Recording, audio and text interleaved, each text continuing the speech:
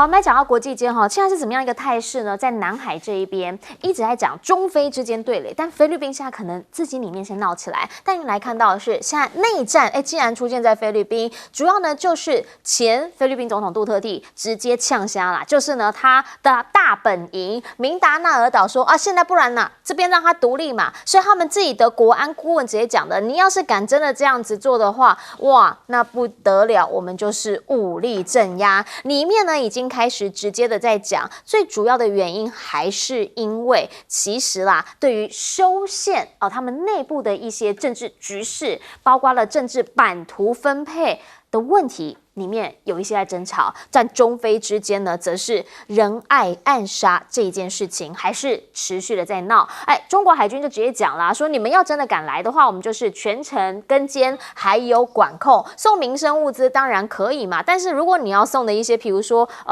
建筑建材啦，或者是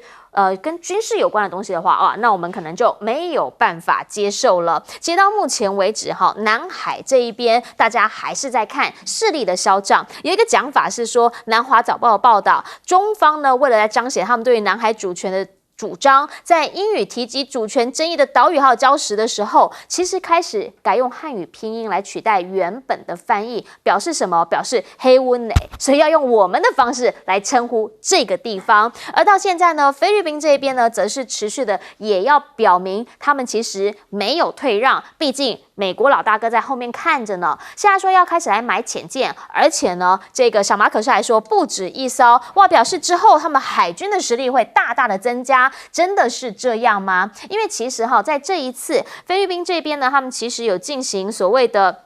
相关的军演。那另一个层面呢，则是在美国、日本现在也开始在进行模拟军演。这一回呢，还把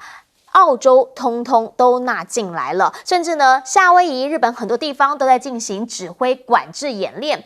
放大来想，就是印太地区，目标就是大陆，就是对岸。而现在呢，他们也开始有很多大型平台舰艇在海空联合操演，所以呢，在中方这边，当然人家都已经说是剑指你了，你就必须要有所回敬。看到了2天有3艘的航舰，赶到太平洋这边来进行观察，包括了电子侦察，包括了飞弹驱逐、护卫舰，通通都来了。也就是你来什么，我会有什么来作为回应。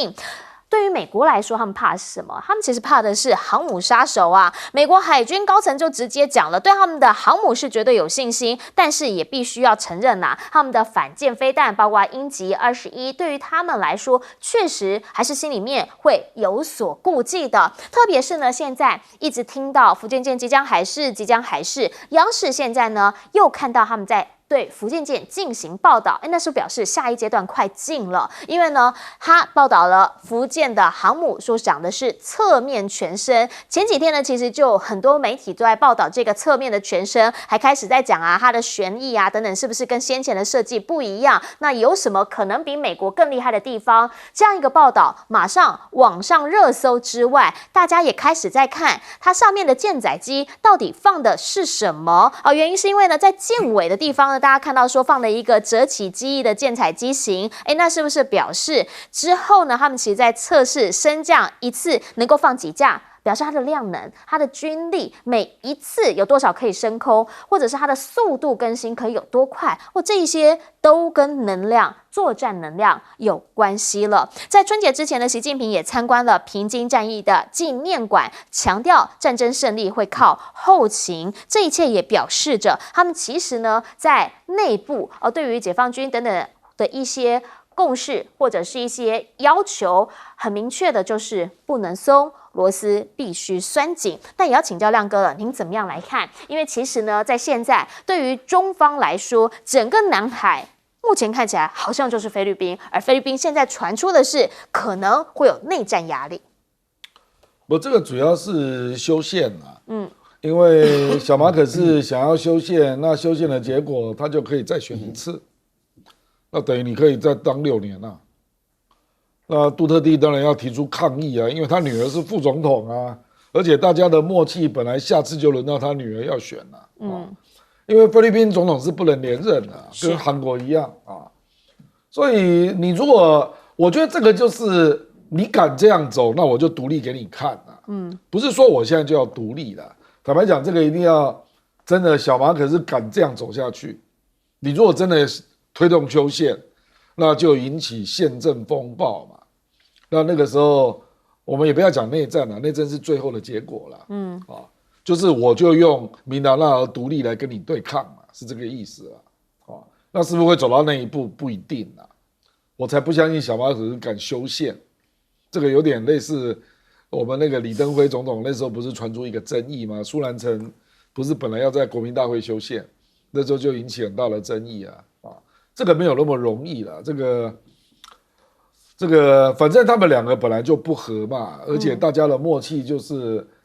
他的女儿当副总统，所以呢，我们还是有合作的默契。除了这个对中对美的外交策略有所不同之外，那其他还有合作的空间。是，可是现在菲律宾内部确实这种声音越来越多，因为去年1月，小马可斯是第一个抢头香去访问北京的嘛。对。而且那个时候，中国跟菲律宾也签了很多经贸的协议嘛，结果到现在没有一项落实的，1年呢。那在这1年当中，他们看到了很多项目啊，比如说看到印尼的那个雅万高铁通车啊，看到中国跟越南已经到达前所未有的高峰啊，经济上的合作，那当然就会有一些人抱怨了，说你小马可是到底在干什么？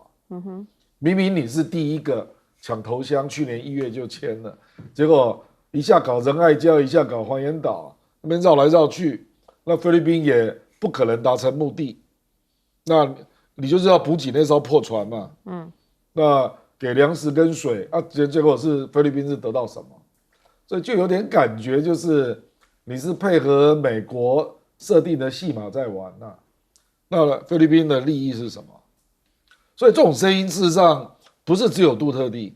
是包括菲律宾的商界啊，因为我有去注意菲律宾的报纸啊，是菲律宾的一些比较资深的评论员，还有比如说偏商偏企业界的，像马尼拉时报，都在批评小马可斯，就觉得你到底在干什么呢？你对菲律宾起码做点正事吧，所以我觉得是从那边延伸过来的。是，那你成果几乎是乏善可陈，竟然还敢要修宪，这谁受得了啊？所以杜特地就跳出来了。我认为这个不会有真的冲突啦，可是就是让这些议题就是浮上台面，那大家好好辩论辩论这样。是，那也想要请教一下赖老师，您怎么样来看了哈？原因是因为在现在呢，美日也开始在近一段期间很多次的军演都在一起，那当然呢，舰啊，彼此你有的我有的，通通开出来一起操练，海空全部来了，所以中方这边也有所回应，特别是大家现在也看到福建舰又开始登上热搜。美日的军演，这一次的军演是2年1次的一个军演，对，那一次实兵，一次是这个沙盘推演啊，这次是沙盘推演，那预估在明年的时候，他们就开始进行实兵演练了。这次的沙盘推演就是明显的假想敌已经界定就是中国大陆了，那换言之，也就是说，现在的这种电脑兵推里面，就是以中国大陆现有的军力，例如说北部战区、东部战区，那么以东部战区为主的现有的兵力，跟美日的联军，如果说一旦台湾有事，美日联军那么介入的时候会发生什么样的情况？那进行这样的一个兵推。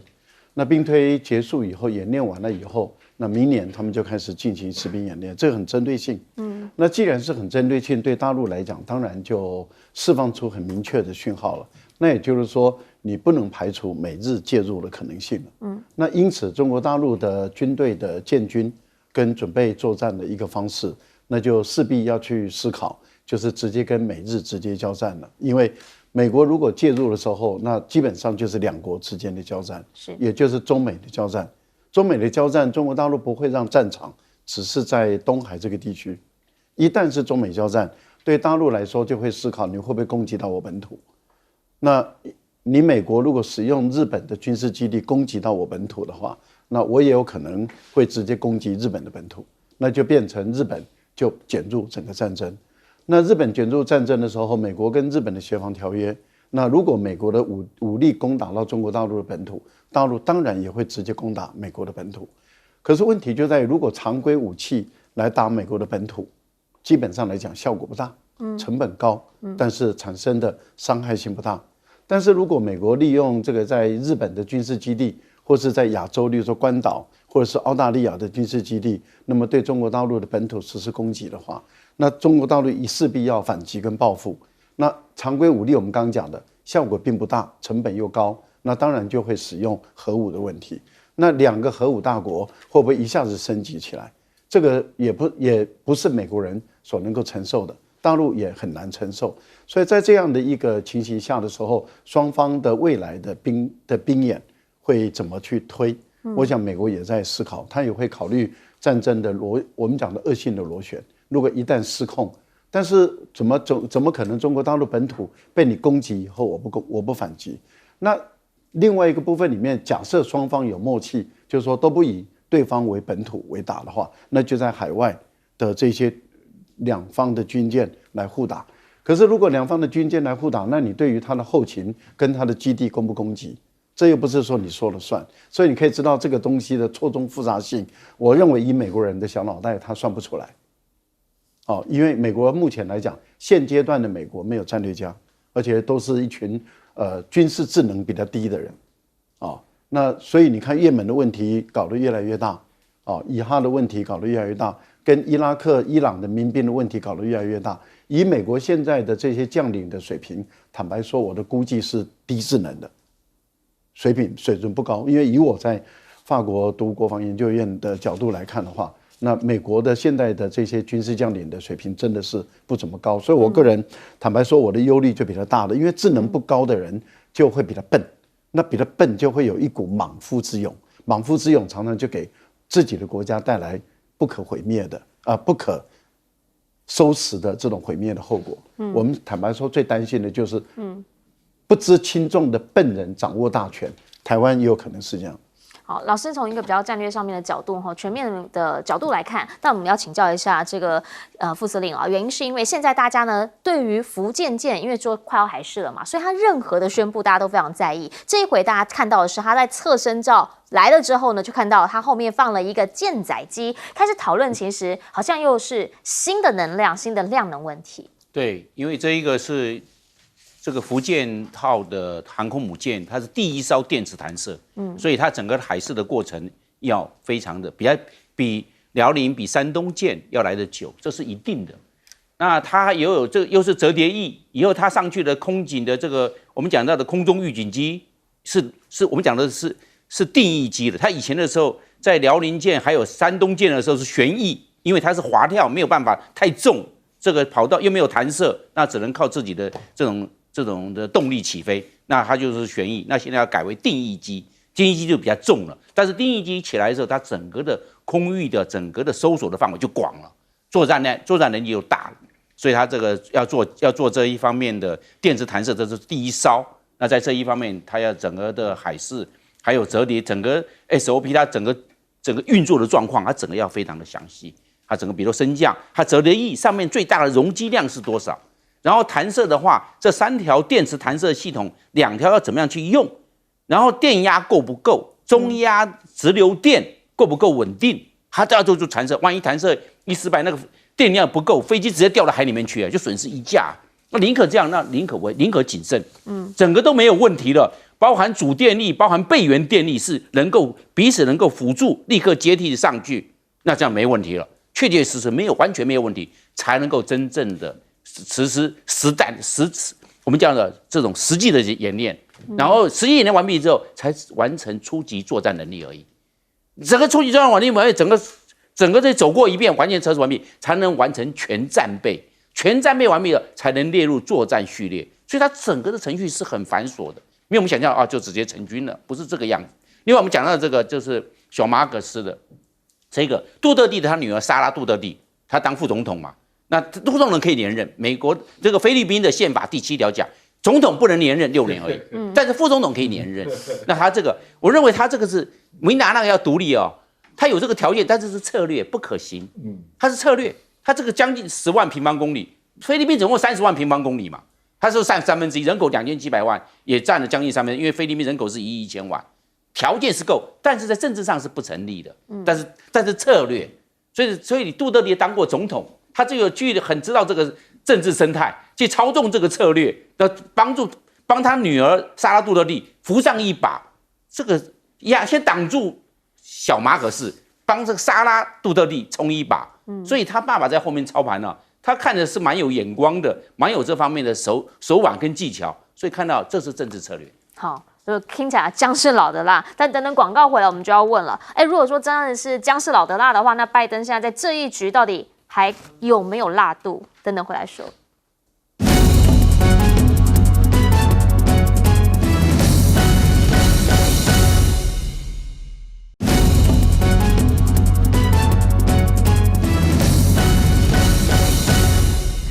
好，我们讲到了哈，到底现在拜登还辣不辣，够不够辣啊？原因是你要够辣，人家才会怕呢。啊，原因是来看到在伊拉克这边呢，拜登就讲了，如果说呢你们在当地啊伊朗扶植的民兵组织对我们不礼貌，那没关系，你伤我们，我们就会回敬给你。伊拉克呢现在就很生气，说你们所作所为违反了联合国的宪章，美国则直接告诉你了，什么违反宪章？上次轰你85个，我们还有下一步呢，这只是第一步。苏利文放狠话，现在开始而已，持续的会打击伊朗相关的组织。那当然啦，伊朗这边就不会软吗？你看看，除了强烈谴责之外呢，现在莱西也说话了，他们直接讲啦，说乱源是哪里？是你们以色列啊！现在呢，在美国支持之下，对于巴勒斯坦的占领行为进行了种族灭绝，同时呢，也说你们这一些空袭行动是在侵犯伊拉克的主权，你们才是对人家的安全稳定带来灾灭性、灾难性的后果，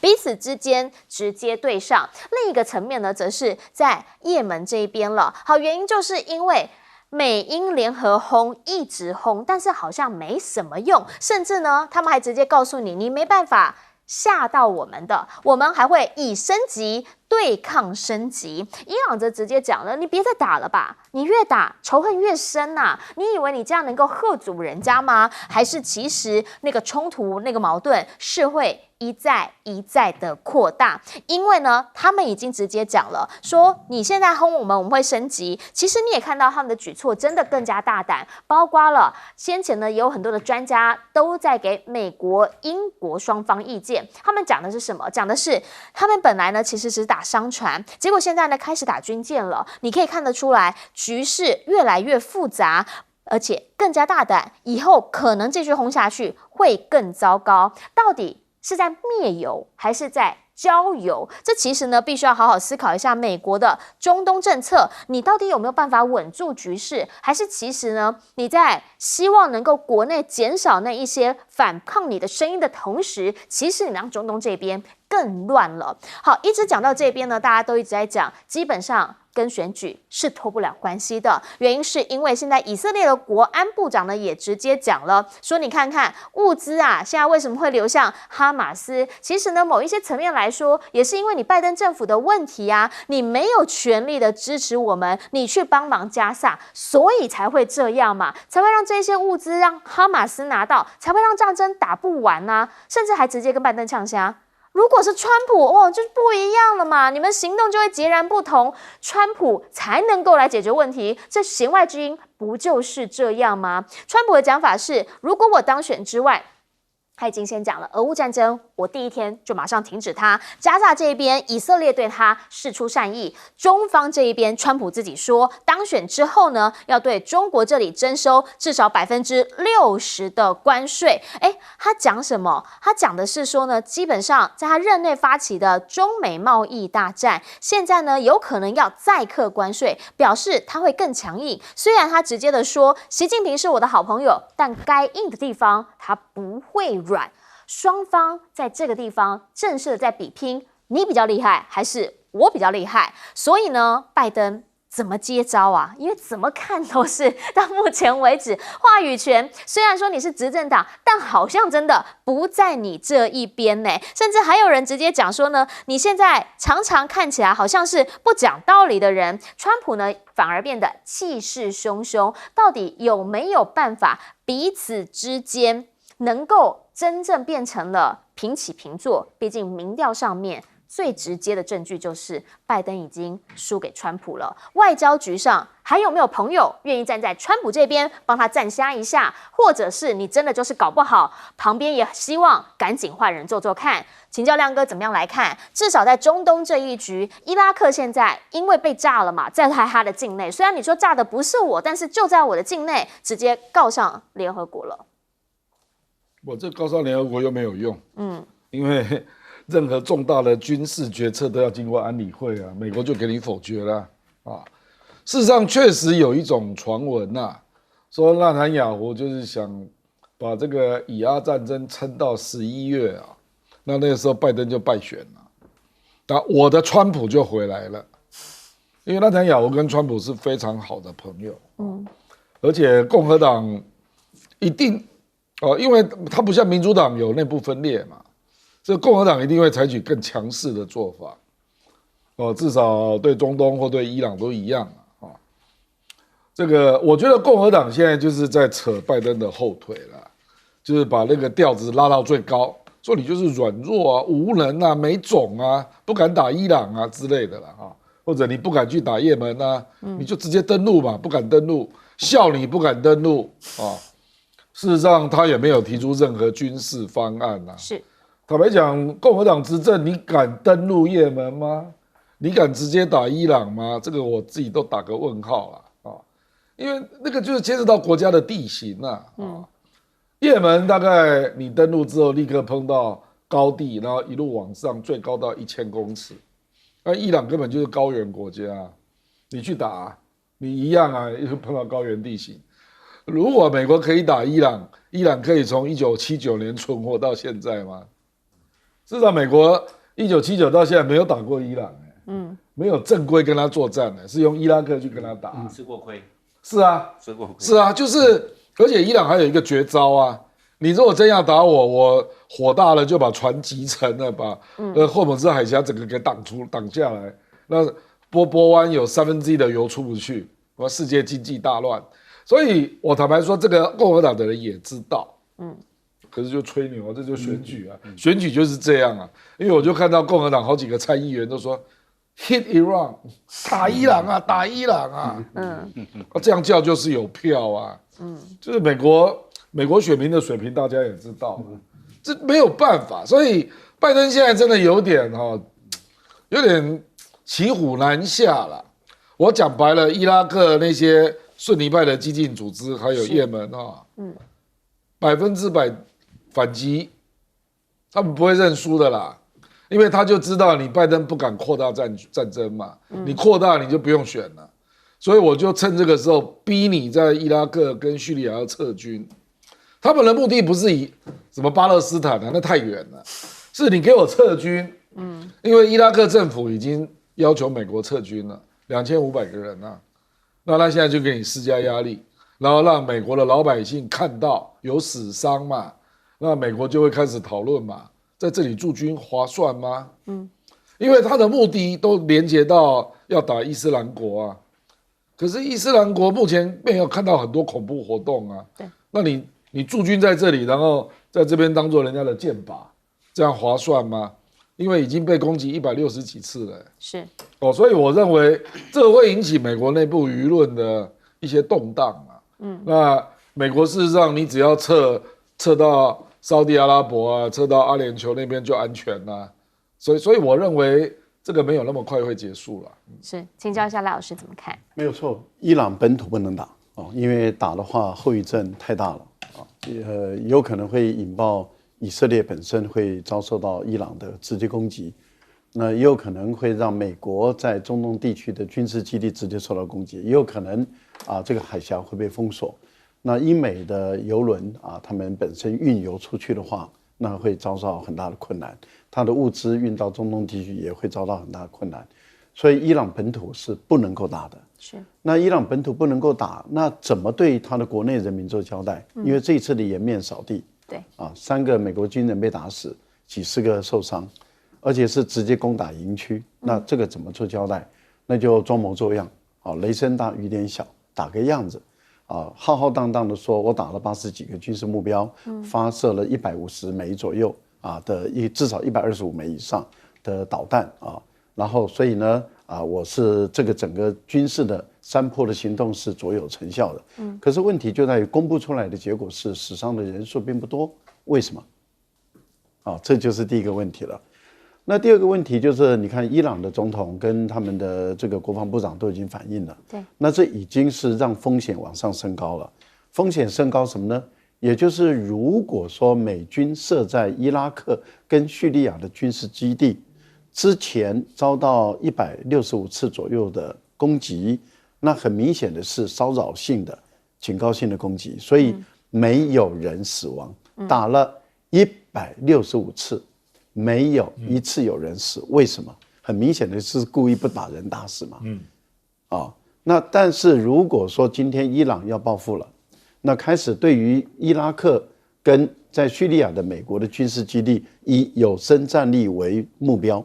那就直接打到他的营舍，半夜的时候，那这个时候造成大规模的死亡，你美国该怎么办？所以我相信美国现在的做法是一方面装的打得很凶，二方面透过政治人物跟你去进行秘密磋商，说让我维持一下面子，打个样子就好，我们没有要战争升级。所以苏利文多次的放话说，我没有要战争升级，我不会打你伊朗的。你看哪有说还没有动作之前已经告诉你说我不会打你？他说他第5天打是要让你先跑，对，他已经是先告诉你说我要打。而且呢，这些民兵组织也说，我暂时停止活动，我化整为零疏散。是，你看是不是双方都在演一场猴戏？演得很漂亮，演得也很滑稽，但是彼此之间都在演。最有趣的是也门，我们刚刚讲的，为什么我会一直批评说美国现阶段的政府没有军事战略家？也门本来是这个胡塞组织是一个地区性的一个组织，1万多人呢，很小，然后在国际新闻的版面就是了不起这么大一个版面，现在变成主流版面了。你想想看，那些胡塞的人，每个人的整个线上激素肾上腺素已经亢奋到不行。主流媒体全世界报道，钱源源不绝的送进来，物资源源不绝的送进来，招兵买马发薪水啊！哎，美国佩服你，佩服你。还有英国啦，赖老师，因为一起的，佩服你。其实呢，在这一次真的是彼此之间确实大家都开始讲，因为过往美国就曾经嘛，私底下有派人去跟伊朗这边先瞧一下说我们是不是大家不要打不要来真的但是态势要拿出来，这个态度要拿出来，请教一下副司令怎么看？对，那个美国在这个也门的胡塞组织青年运动的，它都是以远程轰炸代替登陆作战。在伊拉克的也是一样，都是以远程轰炸，看 B1 都是远程轰炸代替登陆，这样子它是避免美军的伤亡。变成这样，伊拉克也看到这一点了，所以伊朗也看到这一点。伊朗看到这一点之后，伊朗有底气了。这个是个有限的战争，有限度的报复而已。所以你看伊朗，它这个气势非常的高。那对伊朗来讲没有什么损失，因为伊朗是资助这些人，伊朗打的是代理战争，你们就会负责对美国，美国不会打我，我负责支持你们。那美国对伊朗没有办法，伊朗又控制了荷姆斯海峡的整个海运的安全，全部掌握在伊朗手上，所以现在美国没有办法。那只能说但是你要是有交代啊，那我就轰炸好了，就轰炸这个也门的胡塞，然后今天摧毁了，总共加起来累计摧毁了85个重要的军事设施而已，数量就这样子，对，数量这样，数字要漂亮，因为回去了要报账啊，变成这个样子啊。好，又这个摧毁了伊朗在伊拉克的这些军事的这些我们讲到游击组织的一些部署，也摧毁了一些，就这样子而已。但是问题是没有办法做毁灭性的打击，所以效果非常有限。那这样在伊朗的话，它底气越来越够。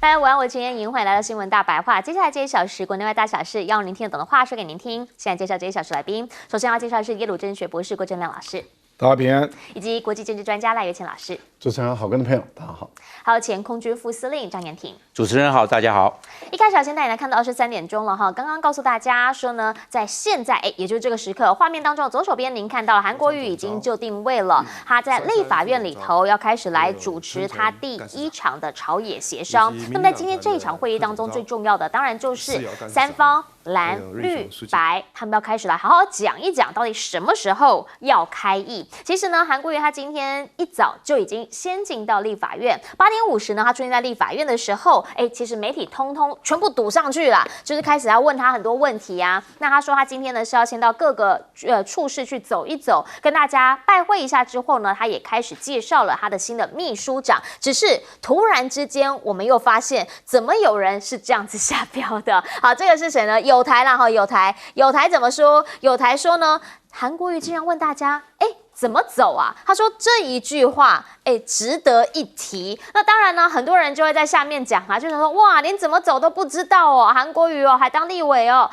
可是问题是，说实话，他当立委是20多年前，那他不知道怎么走，因为他先前都是在外面打电话，在协调人事，在拜会请益人士。那所以呢，今天他不知道怎么走，是因为他昨天晚上没有来场勘吧？难不成你希望他常常先有进行这种立院场勘的行程吗？这真的是立委重要的事吗？黑韩国瑜过去呢也曾经有过这么一件事，那时还闹上了 NCC 呢，因为呢他那个时候在当市长，结果陈其迈呢在当行政院这边的官员来到高雄视察的时候，他是问说，为什么每一次登革热都是从这个里附近爆发的？结果后来呢，绿媒的报道是什么？是说呢，他是问为什么登革热会爆发？这两个前后到底差多少？所以当时呢，这么一件事情也让韩国瑜被很多人骂说，哇，你连为什么登革热爆发都不知道，要问陈其迈，真的草包。到目前为止呢，其实现在大家就开始在讲了，是不是真的那个抹黑抹红所谓的黑韩产业链又回来了呢？比如说啦，现在看到邱志伟民进党的立委，他就直接讲了，说现在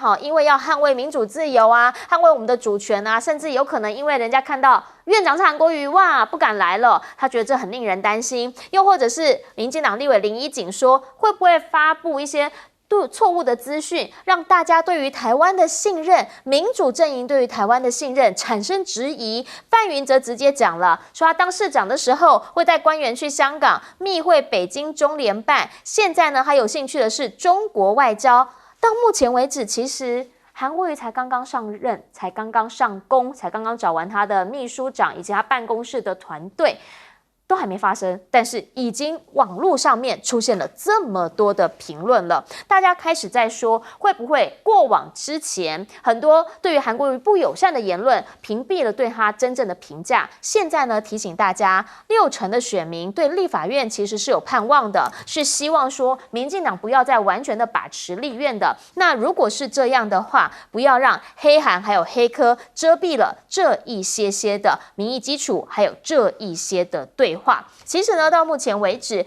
包括了新科立委徐巧芯，他们都直接的在讲说，民进党是不是真的很害怕韩国瑜？因为呢，他说他在议场里头确实呢，也跟他们同僚提到了，说那个时候呢，因为韩国瑜出来选院长，确实有听到民进党开始开出天价来利诱国民党的立委，很怕韩国瑜会当选，真的是无所不用其极。可是里面还是有一些相对清醒的，比如说呱吉就直接讲了，到底为什么大家要这么害怕韩国瑜啊？为什么韩国瑜当立法院长，绿营好像有集体焦虑的感觉啊？国家又不是民进党的，其实你好好做，民众还是会对你重新信赖，还是会看到你的表现啊。重点其实是在自己啊。不要把目光通通放到别人身上。而且比较有趣的是，我们也发现了民进党的立委陈亭妃，现在呢也开始讲出了让大家觉得很值得深度玩味的话。他说，绿营需要团结，以民意逼宫。逼宫是逼谁？逼的是竟然是讲蓝跟白，叫逼宫。他说呢，让他们没有办法安度陈仓。但是我们就讲了，现在执政党是民进党，逼宫，现在你还在认为是国民党执政吗？这些逻辑的错乱，反正不管怎么样，新的国会已经开始，韩国瑜已经开始来进行第1场的协调会，新国会、新战场、新竞合，未来到底会是一个怎么样的国会生态？韩国瑜能不能够在国会的龙头这件事情，把它做到让大家觉得说，确实你能够看得到他在做事情，能够看得到他的政治底蕴，就请教亮哥了，您怎么样来看？因为刚刚呢，我们也看到画面了，他的朝野协商第1场在刚刚已经正式开始。我这个负面的声音炮声隆隆哦，那这个也没关系啦，这个先让他们秀下限嘛。那韩国瑜这个会期之后，然后你就可以对照出这些人胡说八道、智商秀下限可以到什么程度嘛？啊，韩国瑜当院长，难道美国国会议员来访问台湾就会不见他吗？这范云，你要不要回答一下？范云啊，亏你还是台大的，还博士你认为美国的国会议员来访问台湾，会因为韩国瑜是国民党，所以就不去见他吗？就讲点常识好不好？像你这种水平，还连任立委，还讲这种话，邱志伟说，这个会混淆了台湾对外的形象。我跟你讲，搞不好这样是救了赖清德啊！我跟你讲，我今天就看到那个这个有一个网红啊，叫兔主席啊。他实际上是任仲夷的儿子啦，叫任毅啊。他实际上是很有名的人啊。他就写了，他受到访问，他就说他说幸好赖清德得票率只有40%，让中国大陆还要考虑到另外60%的意见。搞不好韩国瑜当院长是救了你民进党啊！我不知道赖清德要面对多大的压力啊，你知道吧？国际形势还不看清楚。整天在那边自嗨哦，我跟你讲啊，去想一想赖清德的困境才大嘞。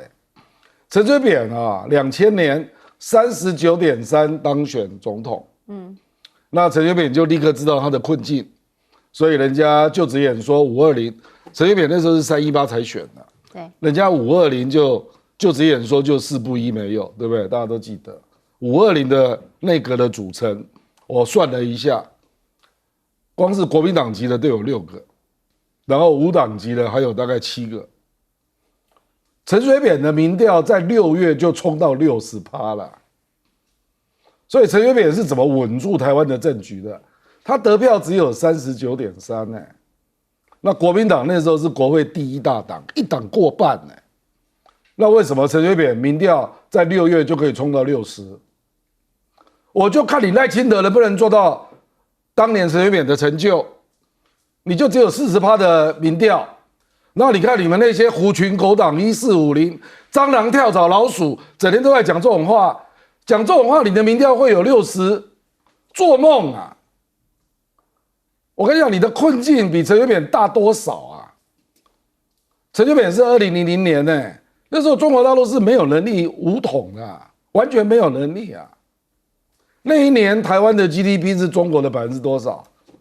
那一年的台湾的 GDP 是中国的35%啊。你现在呢？你现在的 GDP 是中国的4%啊，只有4%啊。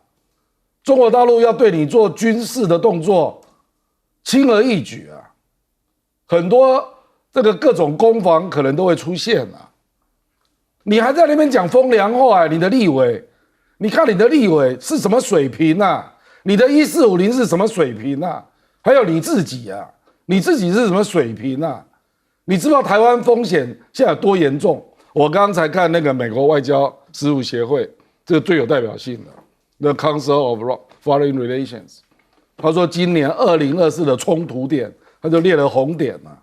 台湾、朝鲜半岛、阿拉伯半岛、也门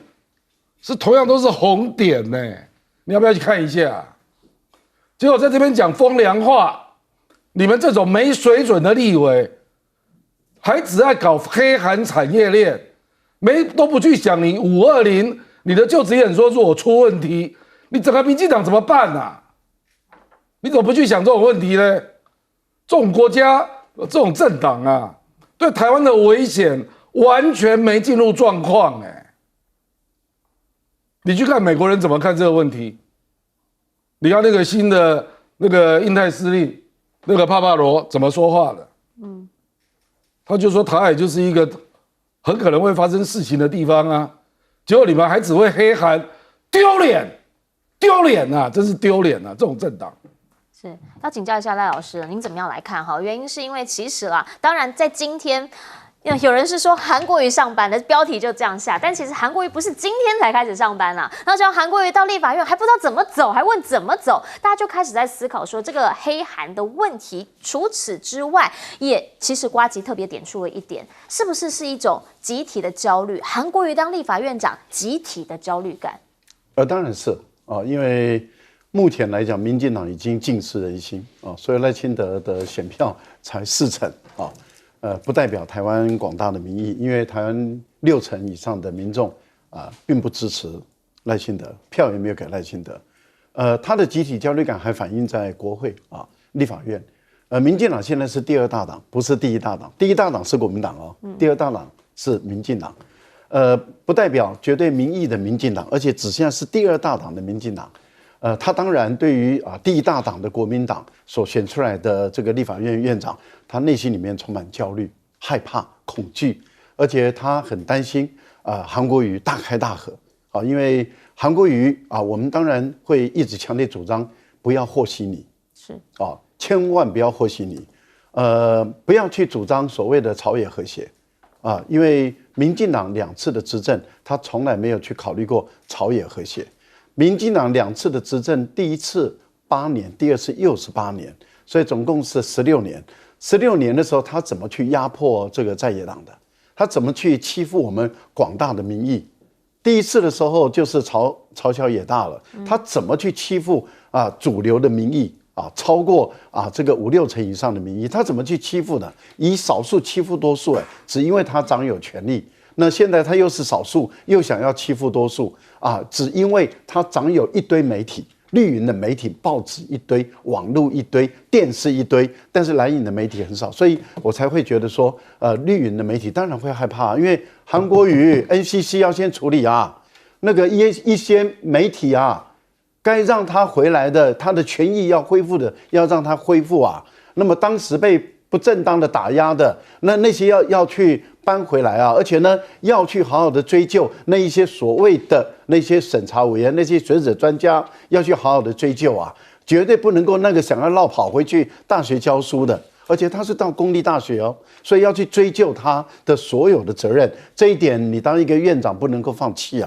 所以民进党当然害怕他嘛，害怕他大开大合，害怕他对于目前来讲这些没水准的立委开始进行改革。为什么叫做没水准的立委？邱志伟说很多外宾会看到韩国瑜会望之却步。好，那邱志伟我也跟你叫板了如果有外宾访问我们的立法院院长，或是我们的立法院院长韩国瑜到海外去访问，你立刻辞职，因为你说大家会望之却步，那大家都没有望之却步，大家还是跟代表主流民意的台湾的立法院的院长来往，那你就应该要辞职嘛。这第一个。第二个，林怡景我也跟你叫板了，很简单，民进党现在是第2党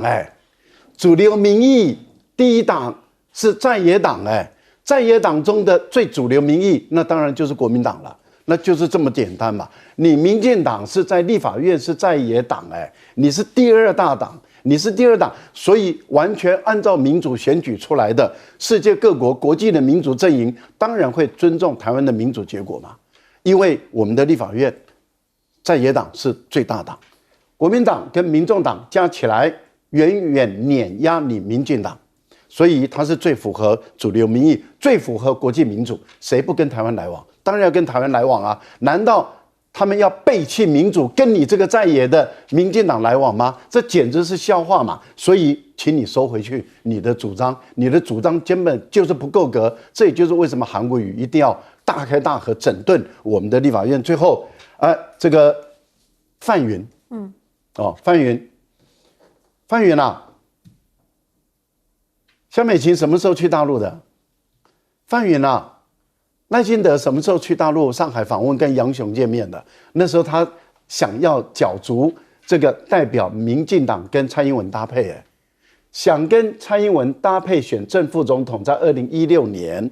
所以他2014年他去了上海访问。因此，麻烦你先清算，你如果对韩国瑜的去香港有意见，你先清算一下你们的赖清德跟萧美琴吧。是，好，请教一下副司令怎么看？对，我们可以看得出来，我认为这是绿色焦虑。绿色焦虑，我认为绿色的信心也不够，他们有产生很明显的产生了信心危机。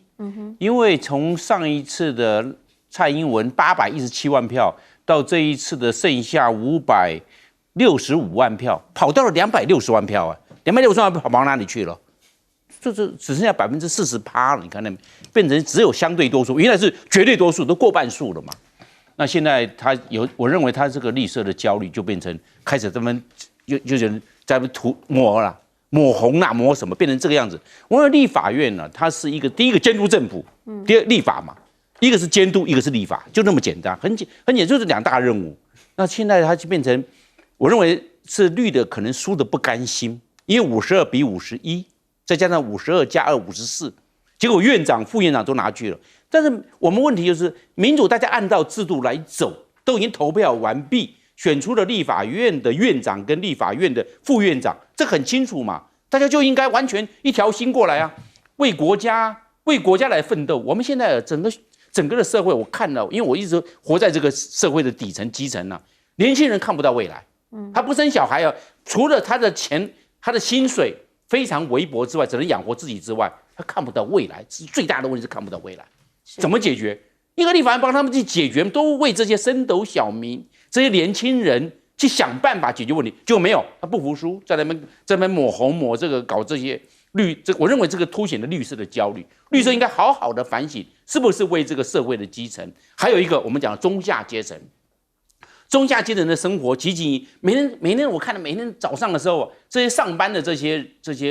市井小民啊。冲锋陷阵呢？为什么？为了赶时间，怕迟到，迟到被扣钱，变成这个样子。那大家都为了这个样子，都有这些，他们要去为这些广大的人民群众去帮他们解决问题，而不是在那边内斗、内耗、不服输。他们现在问题就在这个地方，抹红，好像现在韩国才刚刚上来，大家应该鼓励他嘛，帮他们才对啊，不是一直在扯后腿，扯韩国一后腿，扯江启臣后腿，要扯他们，你这样子国家怎么进步？你今天选出来的，大家一条心，你这51票通通进来，今天也选出来了，我们立法院113席的班长出来了，大家统统服从他，少数服从多数，这是民主的机制，民主的法则，而且是民主的制度公开选举出来的结果。我说大家就应该来服从，